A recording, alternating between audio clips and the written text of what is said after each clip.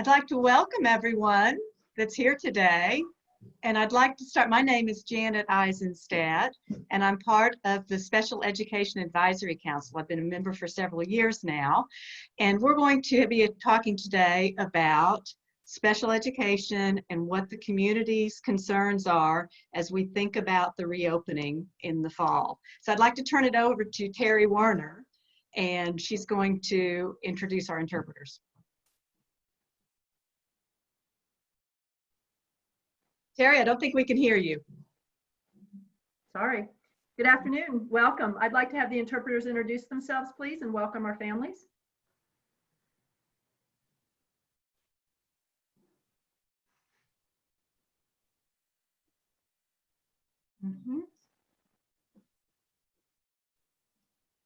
So I'm not able to hear our interpreters. So I think we did our Spanish interpreter, is she on the line?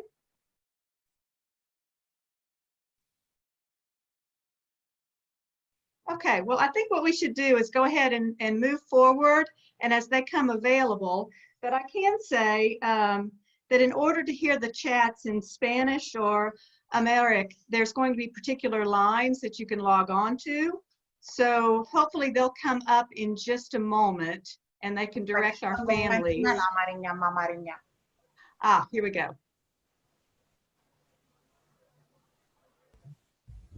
Great, okay. እኔ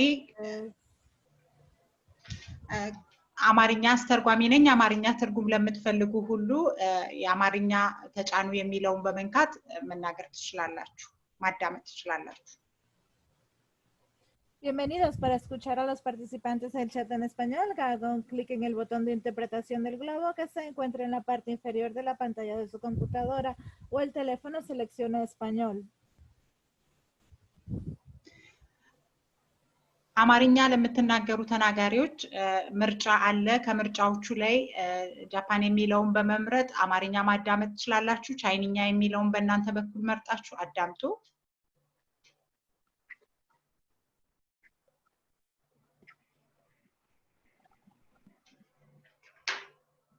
Right, I think that's everyone.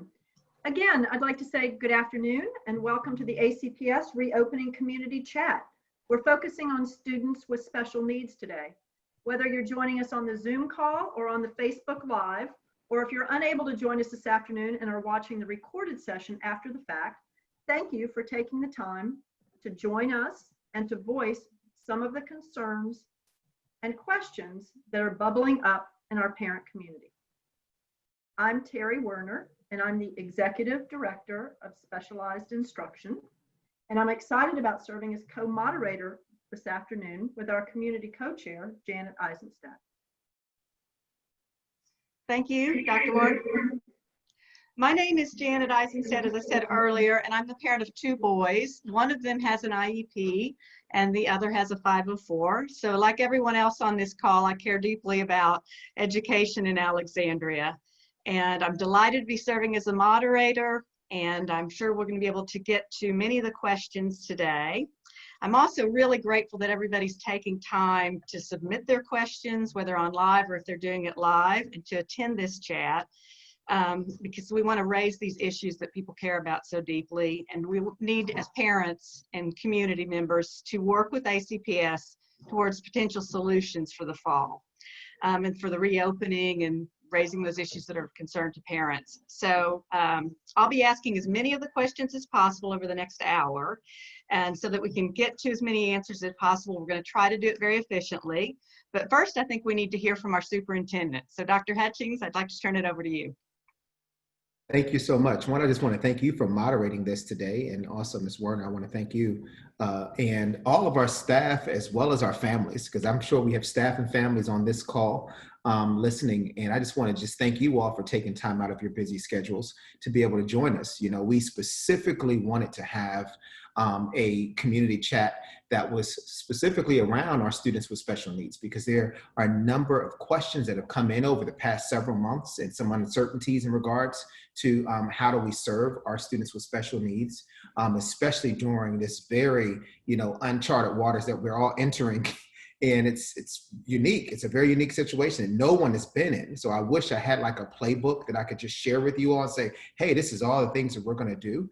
But these types of conversations are going to allow us just to make sure that we are making the best possible decisions in regards to your child's needs. And we are grateful to have our panelists here, and I'm going to just turn things back over to Janet. But I just wanted to give you all a warm welcome, and I'm looking forward to the robust discourse that we're going to have today. Great. Thank you, Dr. Hutchings, and thank you to all the ACPS staff that's joining us today. So as we said, today's topic is going to be addressing the needs of students with special needs and their families as we think about the fall. And I'd like to tell everyone to please be sure to post your questions in the Q&A section of the box in the chat box. We're also going to be keeping an eye on that, so we're going to try to get to as many questions as we possibly can as time permits. So any questions that we don't answer today or don't get answers to are going to be posted in the FAQ after the series for all these community chats. So you can refer back to them. This is also being recorded live, so you can refer back to that. So now, Terry, you're up. Thank you, Janet. Before we get started, I'd like to take this opportunity to welcome my fellow senior leadership team members who are participating on this call with us, and they will be available to answer relevant questions as well. We have Dr. Stephen M. Wilkins, our Chief of Staff. We have Dr. Terry Mazingo, our Chief of Teaching, Learning, and Leadership. We have Dr. Julie Crawford, who I believe is going to join this call. I'm not sure if she's with us. Chief of Student Services and Equity. Dr. Elizabeth Hoover, Chief Technology Officer. Dr. Alicia J. Hart, Acting Executive Director of Facilities and Operations. Dr. Gerald Mann Jr., Executive Director of Instructional Support. Dr. Bethany Nickerson, Executive Director, Office of English Learner Services.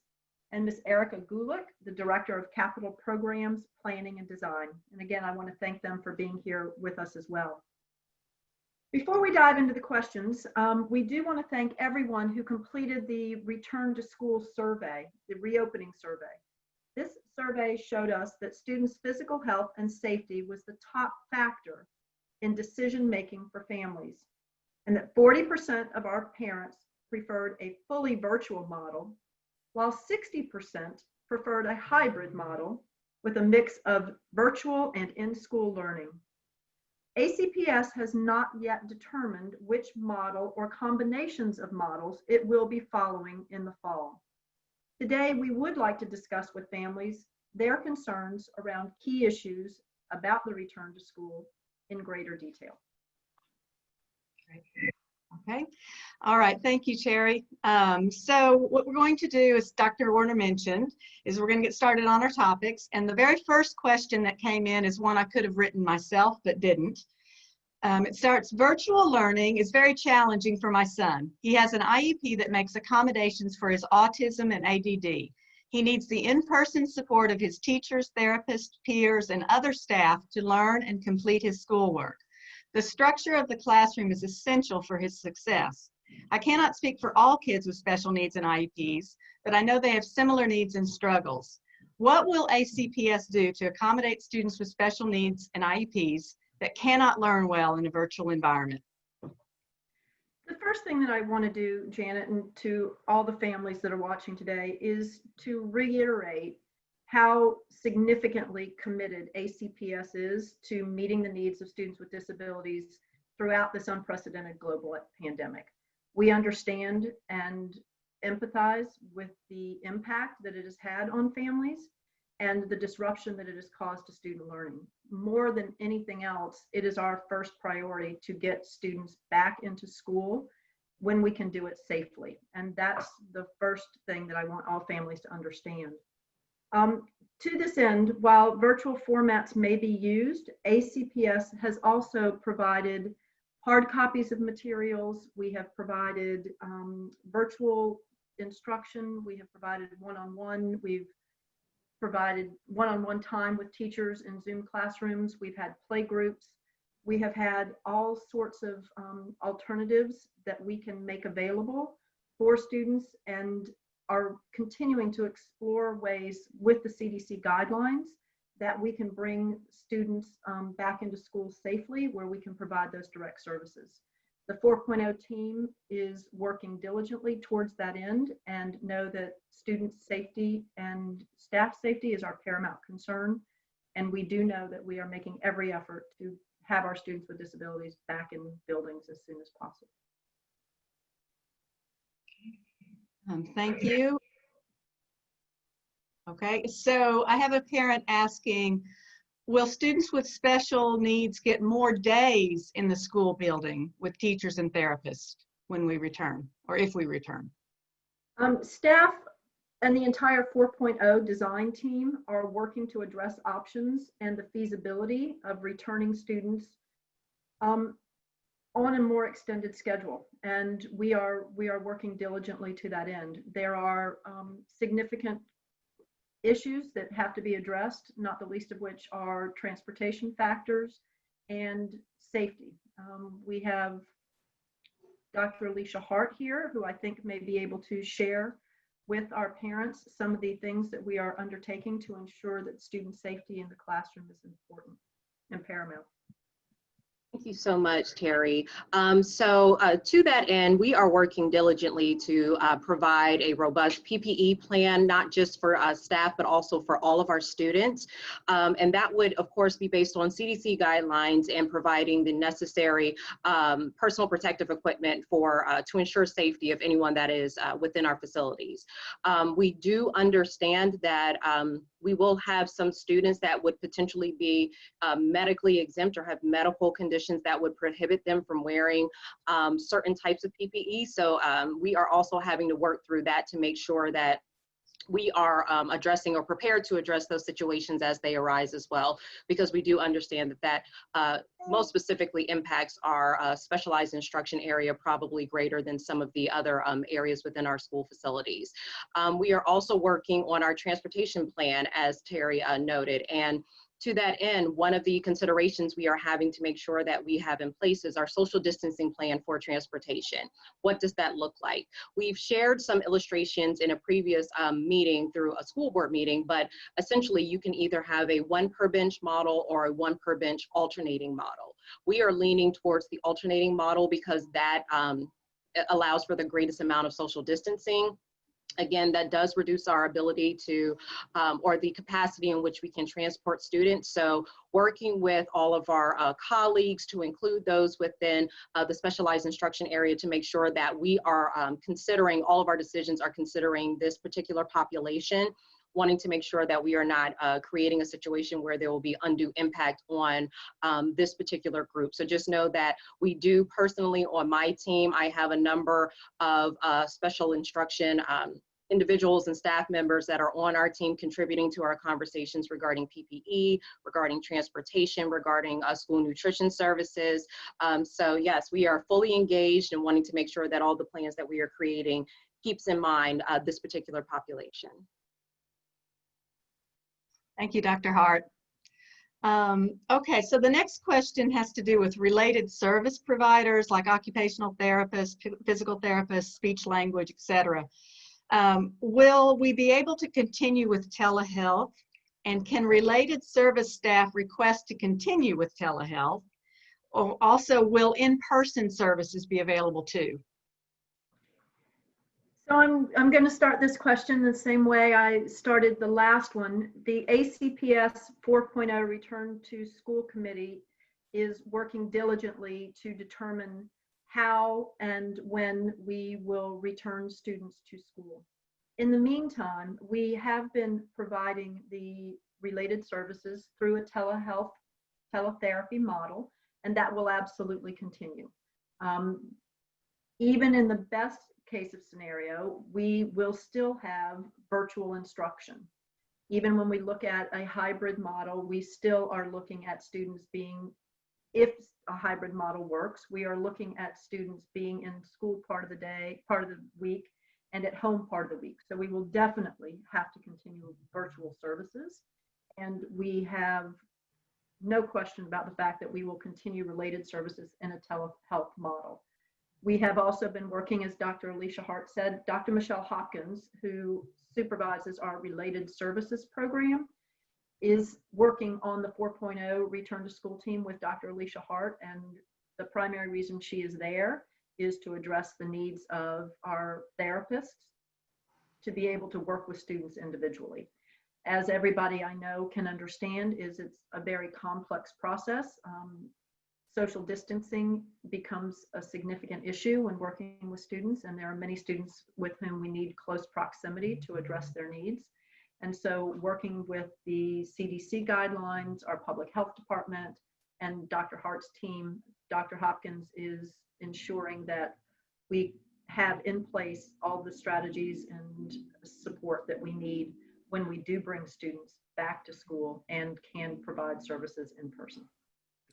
I just wanted to add something to that, because I think it's important for our families to know that we are going to have to, look at every student individually. That's one of the reasons why we have an individualized education plan. And I think that during from March through June, we were, in a sense, kind of, treating everybody the same. And that was a huge challenge for especially our families who have students with special needs, because every child is so unique in their circumstance or their situation. And I think that we are shifting this fall to making sure that we are addressing, what are the particular needs for each individual student, and what are the additional supports that certain students might need. And that is students with special needs, as well as our students who do not have special needs. Like, we are trying to just make sure we're being equitable, and equitable is meeting each child where he, she, they, he, her are, right? And I think that's going to be important for us. And I just think I wanted to articulate that to our community, because I think a lot of, right now, everybody's point of reference is March through June, because that's all we have going for us right now. But there were so many lessons learned during that time that, Ms. Werner and our entire team, as well as our principals, are working to make refinements so that we don't have some of those same experiences moving forward. Yeah, Dr. Hutchings, actually, that's a good point, and it's a good lead in actually to the next question that came in. Because it said, in the spring, many IEPs were not changed in any meaningful way due to the challenges that were encountered. That's understandable, but the expectation was that my student would they're going to have progress, and the progress would be revisited in November. Is that still the plan? So the first thing that I would like to do is to outline the fact that we, as Dr. Hutchings referenced, we're operating under really very significant changing environments and constraints in the spring. And when we met with families whose IEPs were due, we have had IEP meetings, we have written written IEPs in a way that were addressing students coming back to school. At the time, we had every hope that we would be back in school this fall.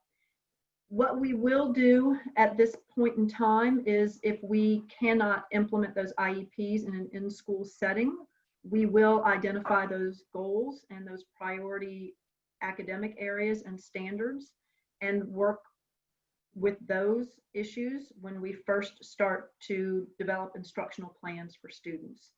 It is our plan right now to develop individualized distance learning plans for students to address how we will provide services and what those priority instructional areas will be.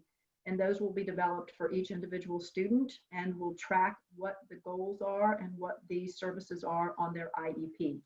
At such point in time that we are able to transition students back to school, we will then also transition back into the instructional programming as outlined in students' IEPs.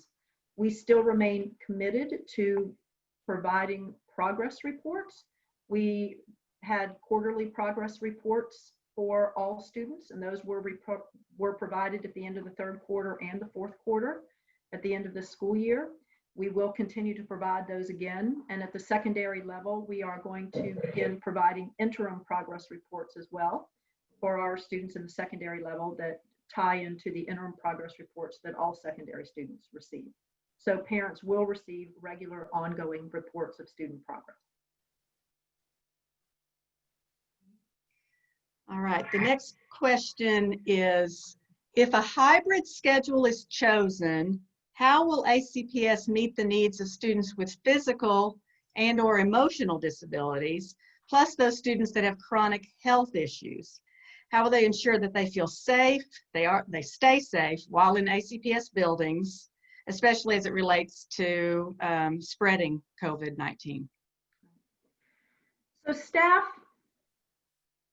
are going to work with families individually, and they're going to address individual student needs.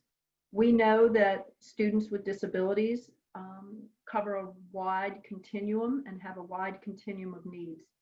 There are a multitude of direct and indirect service delivery model options that are available to our staff, and each child's case manager will work directly with the Office of Specialized Instruction, the instructional support team, to identify those strategies and methodologies that will work with each individual student. We have also, again, as Dr. Hart noted in her earlier reply, we have made safety a priority, and that is our #1 focus. And so the overall planning for 4.0 is going to address the social distancing needs and the PPE needs. We know that we have many children who have compromised immune systems and other medical issues, which may impact their return to school and what we need to do to provide for them. And we are working extensively to ensure that we have all the protective devices in place and that staff have all the PPE necessary to work with students in the way in which they need to be served. All right. Okay, next question. For children with IEPs, specifically children with autism, if you're only going virtual or half virtual, will there be some times for one-on-one with their teachers? Can there also be one-on-one time with paraprofessionals? It seemed that they were underutilized during spring and summer, but they play an important role in the classroom. So the instructional models that we have under consideration at this point definitely provide for the option of individual and small group instruction. As we have learned all of the creative ways that we can use Zoom, teachers can do some group instruction and then students can break out into smaller groups, and we can use paraprofessionals to break students into small instructional groups outside the main instructional Zoom setting. We can also, teachers and paraprofessionals can have office hours where they can work with students individually and provide that individual support and foster student engagement. Right. So, and I just wanted to just add on to that. And I think it does require us to be a little more innovative and creative with our approaches to learning, and I think that what our team is really working hard on is developing professional learning modules for all of our teachers and staff members, including our teachers who happen to teach students with special needs, just so that we are incorporating best practice, especially in a virtual setting. Many of our staff members did not school, including the superintendent, to learn how to operate virtually, right? And I was saying this in another one of our community chats, I have not been videotaping myself this much before in my entire life, right? I'm like so tired of videotaping myself and seeing myself on videos, and I just want to talk to people, right? In person, not, via Zoom. But we're having to really train and build professional capacity with our staff, just so that we can better serve our students in ways that we've never done before. So we are being very intentional with establishing these modules. I know that Ms. Werner and our specialized instructional team is also working to develop these professional learning opportunities as well, just so we're better serving our students. And we didn't have the time back in March to do that. We thought we were going to be coming back in April initially, and then it was like, okay, now it's the end of the year, but we never would have thought that we would still have our buildings closed in July of 2020. So I just wanted to put that out there for everyone.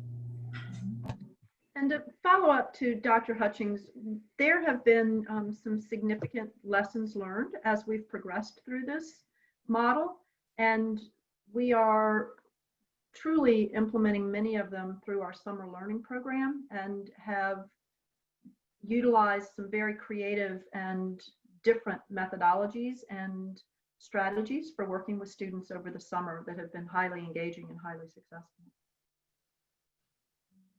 And I wanted to add one comment, Ms. Werner, to what you said and what Dr. Hutchings indicated. Yes, there is already a group for our families to be aware. We already have a team that's working on outlining professional development, particularly in a distance learning environment, because what we want to make sure is that everyone is comfortable with using the technology, with using the various resources, as you indicated earlier, to make sure whether it's our teacher assistants, paraprofessionals, nurses, counselors, like just all of our staff are very comfortable with the different tools to be successful in a distance learning environment. So I just want to highlight, yes, there's tremendous professional development that will be made available.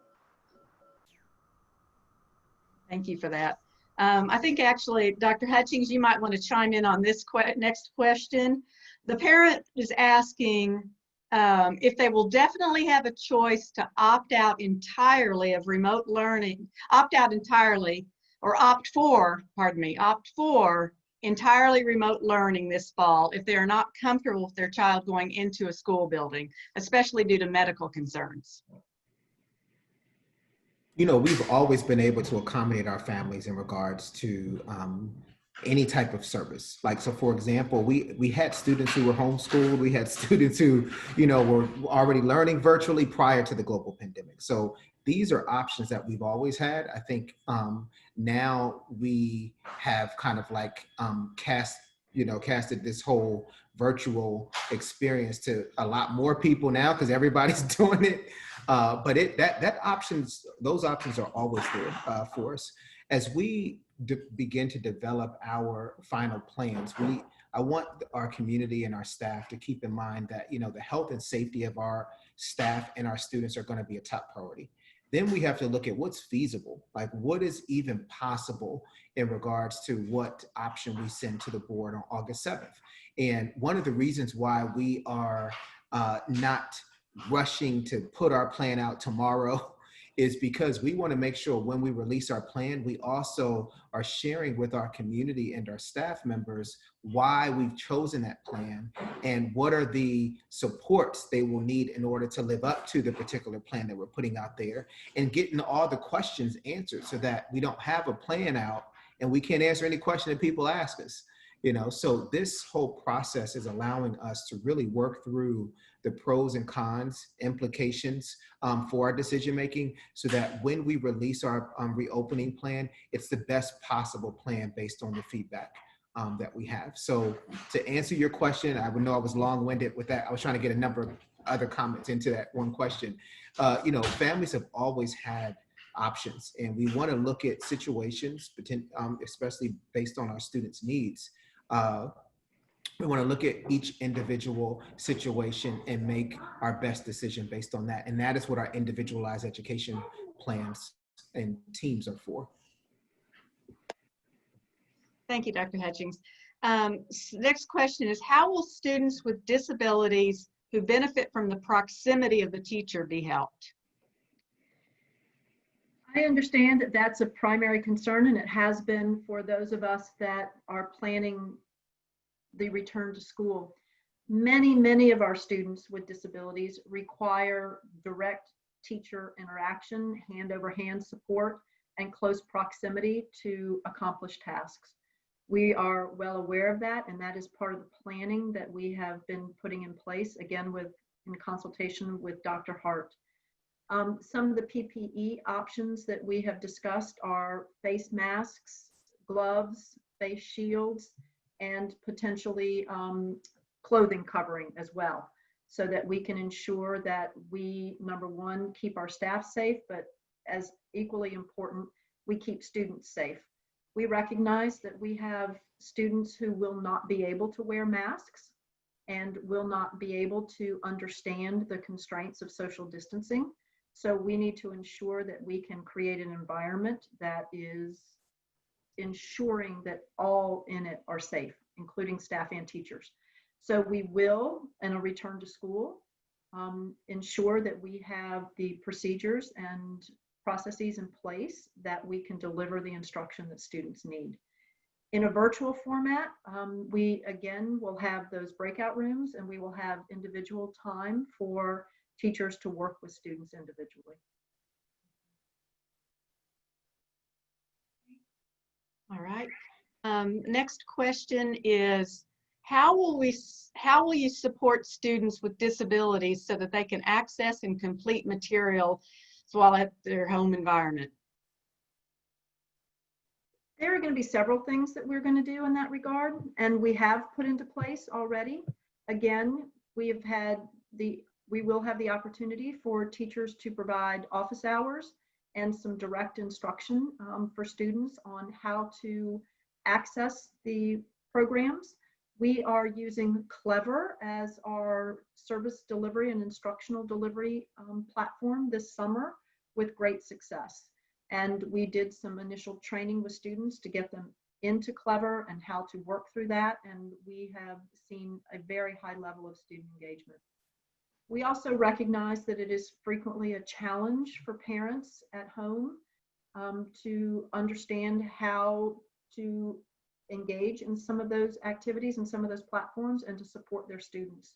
So it is going to be a priority of ours this fall to ensure that we have parent training available as well, so that parents understand what the expectations are for their students and can support their students at home as well. We will also be individualizing activities for students and materials and programming. We have done that over the course of the spring and over the summer, and we will continue to do that in the fall. We have provided materials and instructional programming in a virtual format and in hard copies, and we will continue to do that as it meets individual student needs. Thank you. Appreciate that, Dr. Warner. And I have, I'm looking at some of our live questions and trying to see the screen for that. While that's coming up, I'm just going to pull a question from the Facebook feed, and maybe Tanika can cue me a little bit, but the question says, how are immune compromised students with IEPs going to get daily online instruction that is live with teachers and on a regular schedule? My student needs the regular schedule and personal interaction to succeed with online learning. In person is not an option regardless of PPE. So we fully understand that there are students that parents will choose not to have them return to school in the COVID environment, and we fully understand that. We also recognize the need for a regular schedule and a routine. And the teacher of that student or those students who require that level of service will meet individually with the parents, and they will determine an instructional schedule for those students. We will conduct that obviously through a virtual format. That's the option that we have at this point. And again, I don't want to, none of our staff would want to be in a situation where we compromise a child's health. So not coming to the home or, support of those in a homebound situation that we would have done in a non-COVID time is an option. So we will work with the parent to establish a regular schedule. We will establish instructional routines, and we will establish parameters with the teacher and with the paraprofessional to carry out activities and instructional supports for the students. And I am sure that we will provide instructional materials in manipulatives and hard copies to those families as well. Okay. Okay, I have another question, and this is from the live chat. In the spring, our child's principal mandated that no parents were allowed in view on Zoom. This rule did not permit parents to provide needed support to our special needs students. Will ACPS address this failure to accommodate special needs students in the future? Dr. Hoover, would you be willing to jump in this with me? Do we have constraints in that regard? Can you help me with that? We do not have any division-wide policy against parents assisting in a Zoom call. So that may have been a school-specific decision. But I think, last spring was such a learning curve for everyone. And, we are going to have to make shifts in how we instruct to make sure that we're supporting all of our kids in a virtual environment. And I would fully support Dr. Hoover's response in that, and that if a parent is needed, in the same way we answered the question about proximity control earlier, if a parent is needed to support that student to access their education, we would very clearly work with that parent to ensure that that was able to occur. I wanted to touch on your previous comments that you made, or in previous question, on the fact that, how things were from May to June in regards to like our delivery of instruction really is going to be a little different. So for example, we were a lot more flexible from March to June because it was something that was really forced on everybody overnight. And we had staff members at home with their children and with their spouse, and we were all trying to figure out how to even manage and juggle both. And I think we've had a lot of practice over the past couple of months with like how to figure out how to have systems and routines in your home so that you can get, well, I'm still trying to work through it, so I can't say that because you saw me talking earlier because my child is around here. But the point I'm trying to make is that we've learned so much since that there are going to need to be some clear expectations around synchronous learning for our students, meaning that kids are going to have some time with their staff. With their teacher. It can't be optional. It can't be some kids have that experience and others don't. So we are going to have more definitive, expectations in regards to how our staff interacts with our students, still understanding that there will need to be some flexibility, at some point, but there is going to also need to be some clear expectations that are more concrete than they have been in the past. And I think that is going to help with a lot of the diverse experiences that a lot of our kids were having. I heard some parents saying, I never saw a teacher, to some parents saying that their child talks to the teacher every day or interacts with the teacher every day on Zoom. But we're going to need to just have a little more clear expectations moving forward. Thank you. Thank you. Okay, so next question. How will ACPS conduct IEP meetings, 504 meetings in this upcoming school year? So I can speak to the IEP process. I don't know if Dr. Crawford has been able to make this call, so I can't speak to the 504 because that process is managed through the Office of Student Services. But what I will tell you is that we have developed a very robust IEP development process starting in April. And we have been conducting all of our, if you have not been a parent who has been a part of that process yet, you will be. And we are conducting full IEP meetings in a virtual format. So we are having either Zoom or telephone calls with parents, and we bring in all of the required IEP team participants. Parents receive their draft, as they did before COVID, several days in advance so that they can review it. The case manager will reach out to the parent and get their input and use that to develop the plan. And then we will have a virtual IEP meeting like we're meeting today. I'll just throw in that I actually really preferred my IEP meeting as a virtual meeting last year. I thought it worked really well. Next question, how will ACPS conduct IEP? Oh, I'm so sorry. Will ACPS provide reading and writing specialized instruction in the fall? The short answer is yes, if the student's IEP requires that service. Our primary service focuses around the development of reading and math skills. That is a primary focus of the specialized instruction that we provide to students. So we will be providing instruction both directly in a co-taught model, and we will be using the interventions, the reading and math interventions that we have utilized in the past, and work with students in a virtual format or in the hybrid format if we're able to return them to school. And we will continue very direct and very robust instruction in those particular areas. Okay. Anyone want to add? Okay, so the next question is, what about classes where students will not be able to wear masks? Specifically early childhood or other very young students. I think that was part of what I was referring to in our earlier question, when we recognize that there are going to be students that we will have to provide alternative ways of working with and supporting. We know that many of our early childhood students, as well as some of our students with more significant disabilities, will not be able to wear masks and will not be able to adhere to social distancing mandates. And we will have to create an environment that supports that.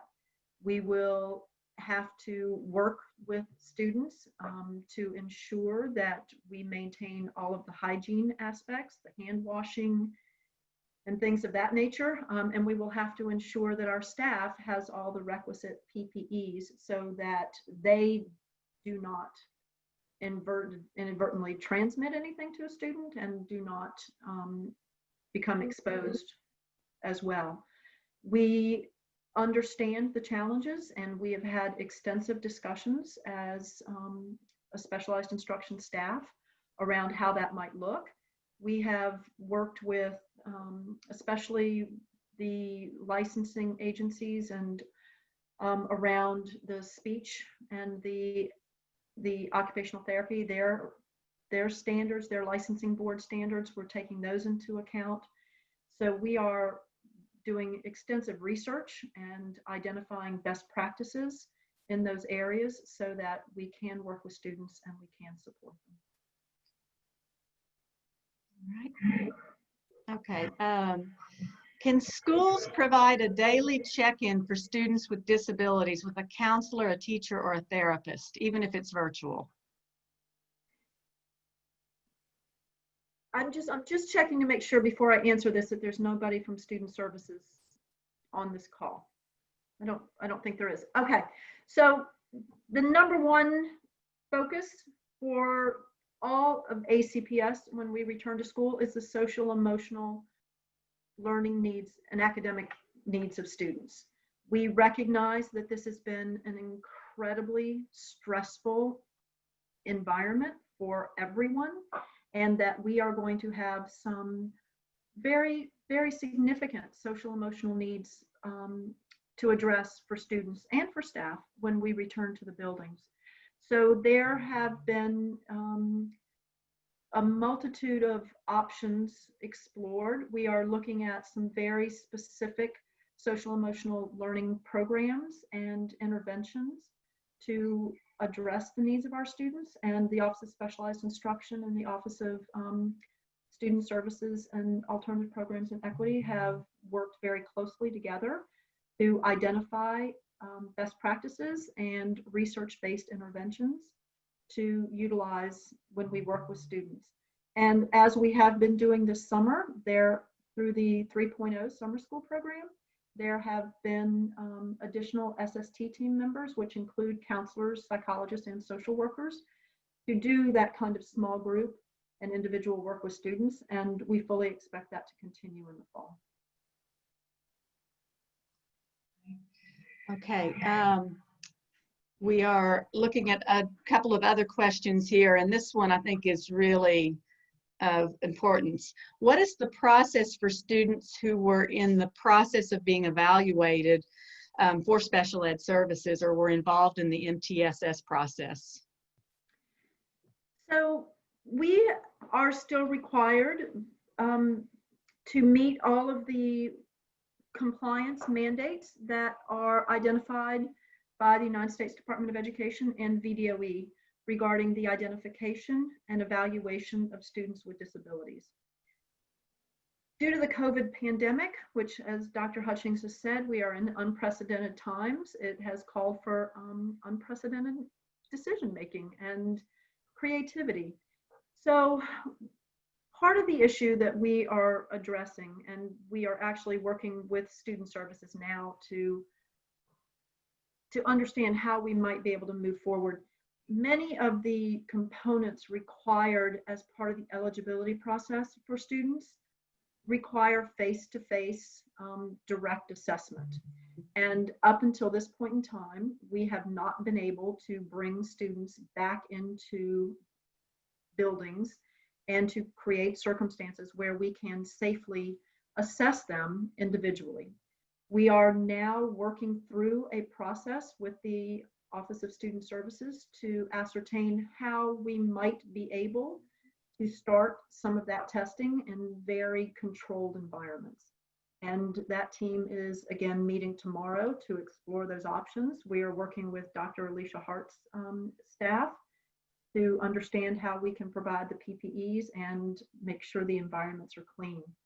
What we asked parents to do to work with us is to agree to extend the 65-day timeline requirement.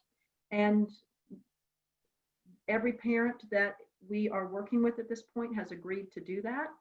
So we have a very specific priority list, and it's a chronological list. The first student, time-wise, all the way through since March 13th, we have a list. And as soon as we can start testing again in person, we are going to start through that list, and we are going to work our way through that to expedite as much as possible the evaluation process.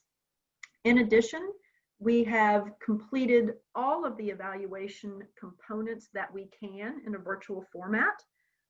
We have devised a way that we can do hearing screenings virtually. So Dr. Charla Curiel, our audiologist, is working through those evaluations. All of our social workers are working through their reports. We have all of the other documentation that we need, teacher reports, we're doing observations in Zoom classrooms. So we are working diligently to bring to conclusion these evaluations and to determine whether or not a student meets the criteria for specialized instruction services. But the last component that we are really trying to develop a way to address is the in-person assessments. All right, so again, I'm looking at the Q&A section here, and this one's referring back to Dr. Hart's comments. And it says, going back to Dr. Hart's comments about PPE for students, are you going to require documentation from a medical provider to have your child exempt from wearing PPE? I would expect a large portion of students with special needs won't tolerate masks or PPE. Thank you. We are still working through those particular details regarding medical exemptions. I'm not sure if Dr. Crawford is still on the call. I don't see her on the call, so I was going to allow her or ask her as well to contribute to this particular conversation, but this is something that we are discussing within the health and safety team. Again, we do have a number of medical professionals that are participating as part of that team, as well as looking at CDC guidance, so on and so forth, as we are developing recommendations. So the medically exempt part is still under discussion, but I thank you for that particular question, because that's something we can definitely take back to the group and make sure that we are addressing specifically just, you know, that particular question as we are developing guidance around medical exemptions. Okay. Great, thank you for that. Let's see, I'm looking in, all right, let's take one more question. We're almost out of time. And This is actually maybe more of a comment than a question, but any virtual and paperwork that our students are required to do requires 100% full-time parent participation to ensure that our special needs students are paying attention and doing the work. For every hour parents are substituting for faculty and special needs teacher, it's an hour away from work. We are full-time working families. Like I said, more of a comment than a question. I don't know, do you want to I want to say something to that comment because that's a real comment. You know, I think that many of our families are working families and they're having their own circumstances at home that they're not even though they want to be able to help their child, they have other obligations, whether it's other children in the household or work, you know, related concerns or issues or responsibilities. And I think that we have to put in all those things into consideration. And this is why it's so important that whichever model we choose, whether it's the hybrid approach or 100% virtual, that we also are coming up with some contingency plans for families where whatever option we're doing is just not working. You know, we didn't really have any other choices for families before. And I think that we are going to need to really keep in mind that, you know, some students may have to have some form of interaction some way, somehow. And we just need to start exploring, well, what could that potentially look like if we were in a 100% virtual environment, so that we're not just assuming, you know, parents are going to have to quit their jobs, you know, to be able to serve their child at home. So these are the very tough discussions that I know our team is having right now. We're not going to be able to have just a blanket one size fits all. We are going to need to look at circumstances of our students and their families and just have some ways to support our families as well as our students with whichever circumstance they are experiencing. And I know we can't help 100%, right? So I know everybody, some things are so unique that you can't do something for every single person, but I just think we need to have a little more options than we did from March through June. And we understand that too. We just have to finalize what those options are going to be. Thank you. Thank you. Let's see, I think it is almost, I think we'll do one last question and then we probably have to begin our wrap up. The question is, my child will not participate in virtual learning. Per VDOE, I am in touch with their autism coordinator to help with virtual learning. However, it is not likely my child can learn virtually. How do you plan to handle this? She's had no schooling since the last day last day of school. So we recognize that there are a multitude of challenges working with students. We clearly understand the impact on families. I have had several conversations with parents, as has Dr. Erin Stone, our autism coordinator, working with families to identify strategies and techniques that they can use. The first thing that we are going to look at in terms of returning students to school are those students who are most needing of direct face-to-face instruction. And it will be our priority to return students to school as soon as we possibly can. In the meantime, when we are working in a virtual format, we may have to consult with our behavior specialists and our autism support team and the parent and the child's classroom teacher to identify some strategies and techniques that we can use to work with the individual student. As always, there is no one size fits all, and we will do what we must in order to craft a program to ensure that every student has access to their instructional programming.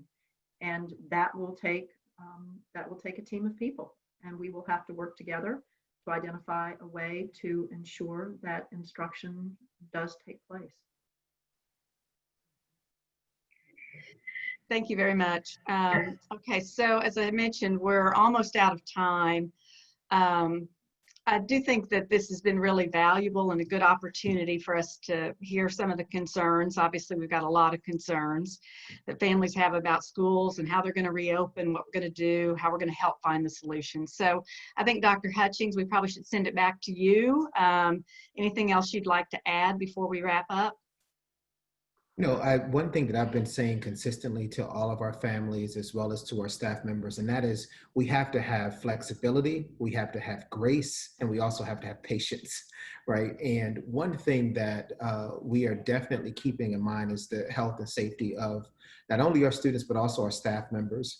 And as we do that, it does require us to really think outside the box and to be a little more innovative with our approaches to learning in this very, very unprecedented time in our history. And your feedback that, you know, staff bring as well as our families and the questions that you all ask, it really does help and guide us with our work to make sure that we're making the best, you know, decision possible for our students. So I just wanted to thank you again, Janet. You know, one, I already think highly of you, and two, you're well respected in our community.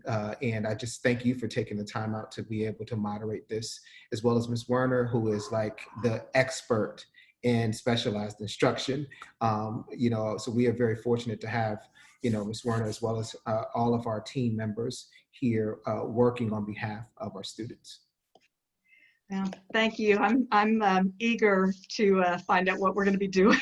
So thank you, Dr. Hutchins. Okay, Terry, turn it back to you, Dr. Werner. Thank you. I know we all are. We are as eager as anyone else to identify just how this is all going to play out in the fall. But I'd like to very much thank Janet for co-moderating this session with me. I'd also like to thank Dr. Hutchins and the members of the senior leadership team who were here to answer questions. I appreciate all of their support. But most of all, I'd really like to say thank you so much to the families who took the time to participate today and who have been such strong partners with us throughout this process. Know that your children are our #1 priority, and making sure that their needs are met is paramount in all of the decision making that we do. And if there are any questions that were not answered today, I want to reiterate, I know that there are many that we did not get the opportunity to address, that we will answer them in the FAQs and you will get answers in writing. And if there's anything that you need to ask me directly, please don't hesitate to email me and I will be happy to respond to you as well. But thank you all so much for your time today, and I really appreciate it. Great. Thank you again, everyone.